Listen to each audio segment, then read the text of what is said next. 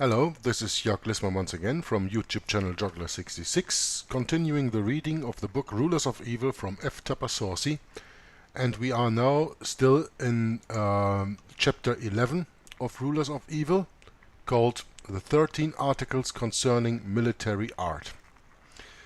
Where we stopped, I just go back a little bit to the top of the page, 113 in the PDF, to the conversation that Sun Tzu has with the Chinese emperor at that time. "To hear you speak," said the king, "you would even inspire women to have the feelings of warriors. You would train them to bear arms." "Yes, Prince," replied Sun Tzu in a firm voice, "and I beg your Majesty to be assured of it."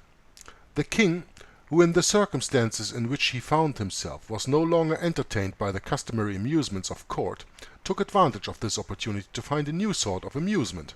He said, quote, "Bring me 180 of my wives." Unquote. He was obeyed, and the princesses appeared. Among them there were two in particular whom the king loved tenderly. They were placed ahead of the others. Quote, "We will see," unquote, said the king, smiling. "We will see, Sun Tzu, if you will be true to your word. I make you general of these new troops. All throughout my palace you need only choose the place which seems the most comfortable to give them military training. When they are sufficiently instructed, you will let me know, and I will come myself to render justice to them and to your talent." Unquote. The general sensed the ridicule of the role he was asked to play, but he did not back down, and instead appeared quite satisfied by the honor bestowed on him by the king, not only by allowing him to see his wives, but also by putting them under his direction. Quote, "I will do well with them, sire," unquote, he said in an assured tone. Quote, "And I hope that soon your Majesty will have cause to be satisfied with my services. At the very least your Majesty will be convinced that Sun Tzu is not a man who takes risks." Unquote. Once the king had retired to his apartments, the warrior thought only of executing his commission. He asked for weapons and all the military equipment needed for his newly created soldiers. While waiting for everything to be ready, he led his troop into one of the courtyards of the palace which seemed the best suited for his work. Soon the items he had requested were brought to him. Sun Tzu then spoke to the princesses. Quote, "Here you are," he said, "under my direction and my orders. You must listen to me attentively and obey me in whatever I command you to do. That is the first and most essential military law. Make sure you won't break it. By tomorrow I want you to perform exercises. And I exclude no one from my offer, including the most mutinous, the most cowardly, and the weakest of men." Unquote. I'm sorry, I'm on the wrong page here. Just give me a second. Okay, the page didn't go the way I wanted, so I'm gonna repeat this last quote from Sun Tzu when he spoke to the princesses. Quote, "Here you are," he said, "under my directions and my orders. You must listen to me attentively and obey me in whatever I command you to do. That is the first and most essential military law. Make sure you don't break it. By tomorrow I want you to perform exercises before the king, and I intend for them to be done perfectly." Unquote. Where have we heard that before? Under my direction and my orders you must listen attentively and obey me in whatever I command you to do. Isn't that exactly what is asked of the Jesuits to do with the orders of the Supreme General of the Order of the Society of Jesus, Papa Nero, the Black Pope? There you see again these pagan roots, because Chinese were pagans, of course. And the Jesuits used the same stuff, because they come from the pagan Knights Templars, as we've learned earlier. After those words, he strapped on their swords, put spears in their hands, divided them into two groups, and put one of the favorite princesses at the head of each. Once that arrangement was made, he began his instructions in these terms. Quote, "Can you tell the difference between your chest and your back and your right hand from your left hand? Answer me." Unquote. At first the only response he received was some bursts of laughter, but he remained silent and very serious. "Yes, of course," the ladies then replied in one voice. "If that is so," resumed Sun Tzu, "then listen carefully to what I am going to say. When the drum strikes only one beat, you will remain as you are now, only paying attention to what is before your chest. When the drum strikes two beats, you must turn so that your chest is in the place where your right hand was before.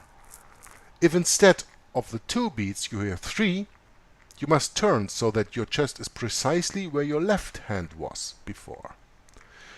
But when the drum strikes four beats, you must turn so that your chest is where your back was, and your back will be where your chest was."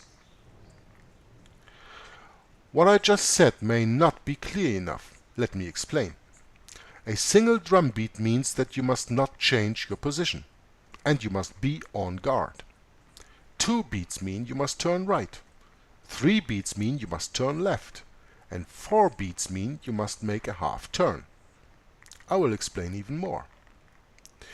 This is the order I shall follow.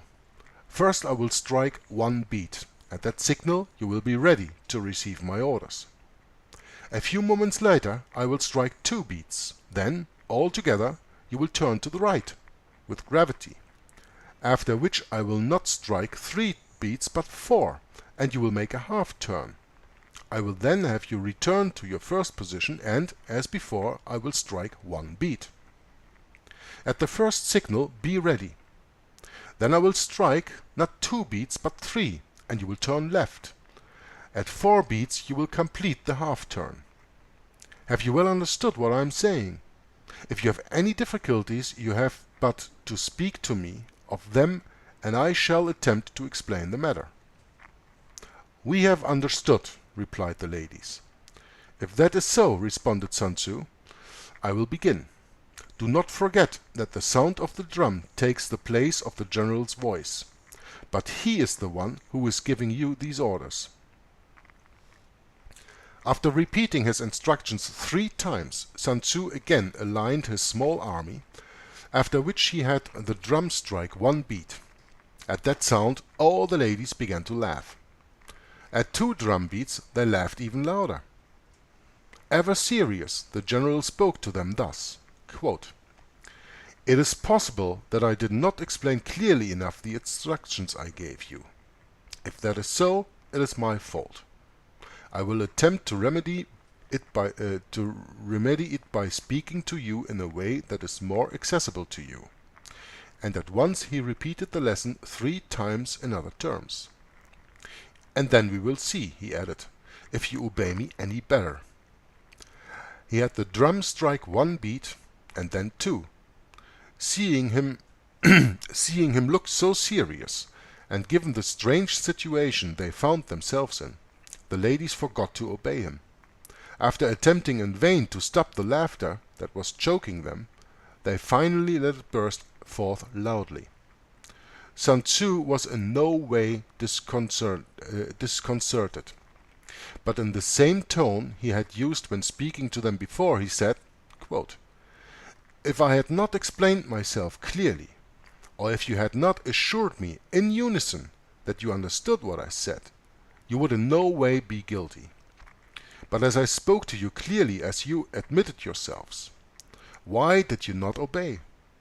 You deserve punishment, and military punishment. Among the makers of war, whoever does not obey the orders of his general deserves death. Therefore you will die." After that short preamble, Sun Tzu ordered the women who formed the 2 lines to kill the 2 who were leading them. Just then, one of the men whose job it was to guard the women, seeing that the warrior was not joking, ran to warn the king to what was happening. The king sent someone to Sun Tzu to forbid him to go any farther, and in particular from mistreating the two women he loved the best and without whom he could not live. The general listened with respect to the words that were spoken on behalf of the king, but he refused to bow down to his wishes. "Go tell the king," he replied, "that Sun Tzu believes him to be too reasonable and too just to think he might have changed his mind so soon, and that he truly wishes to be obeyed in what you have just told me on his behalf. The prince is the lawmaker. He would not give orders which would sully the dignity he vested in me. He asked me to train 180 of his wives as soldiers. He made me their general. The rest is up to me. They disobeyed me, they will die." Unquote. So saying, he pulled out his sword, and with the same calmness he had displayed until then, he cut off the heads of the two who were leading the others. He immediately put two others in their place, and had the drum strike the various beats he had explained to his troops. And it was as if those women had been professional soldiers all their lives. They made their turns silently and impeccably. Sun Tzu spoke to the envoy. "Go tell the king," he said, "that his wives now know how to drill. Now I can lead them to war, make them affront all sorts of perils, and even make them pass through water and fire." When the king learned what had happened, he was penetrated by the deepest sorrow. With a great sigh he said, quote, "Thus have I lost what was dearest to me in this world. Have that foreigner return to his country. I do not want him, nor his services." "What have you done, barbarian? How can I go on living?" And so on, and so on, and so on. As unconsolable as the king was, time and circumstances soon made him forget his loss. His enemies were ready to descend upon him. He asked Sun Tzu to return, make him general of his armies, and with his help he destroyed the Chao kingdom. Those of his neighbors who had formerly been the most worrisome were now penetrated by fear at the mere mention of the glorious acts of Sun Tzu, and thought only of living peacefully under the protection of a prince who had such a man at his service. This introduction confirms that Paul III's war declaration Regimini Militantis Ecclesiae is about protecting the life of the nation, which is the Roman Church. Protecting the Church may require the superior general to sacrifice his soldiers, his citizens, and if need be, his sovereign, the Pope. In a very real sense, the great general is so inscrutably alone, so omnipotent, that he is at war with everyone, sacrificing his own, just as Saturn, the grandfather god of Rome, devoured his own children. In order to defeat an enemy short of coming to blows, this is a great general's legitimate obligation.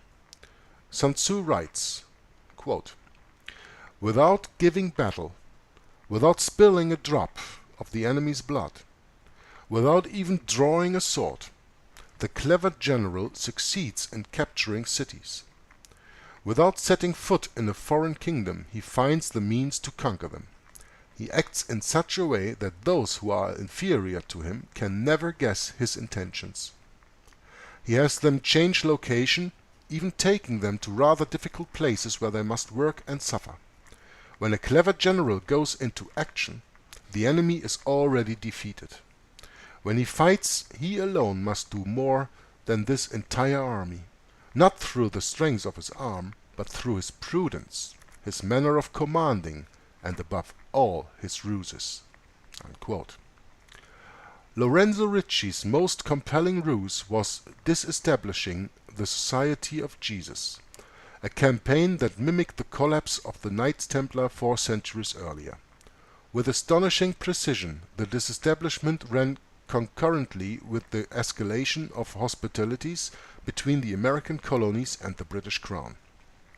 It was an amazing juggle that spanned 17 years.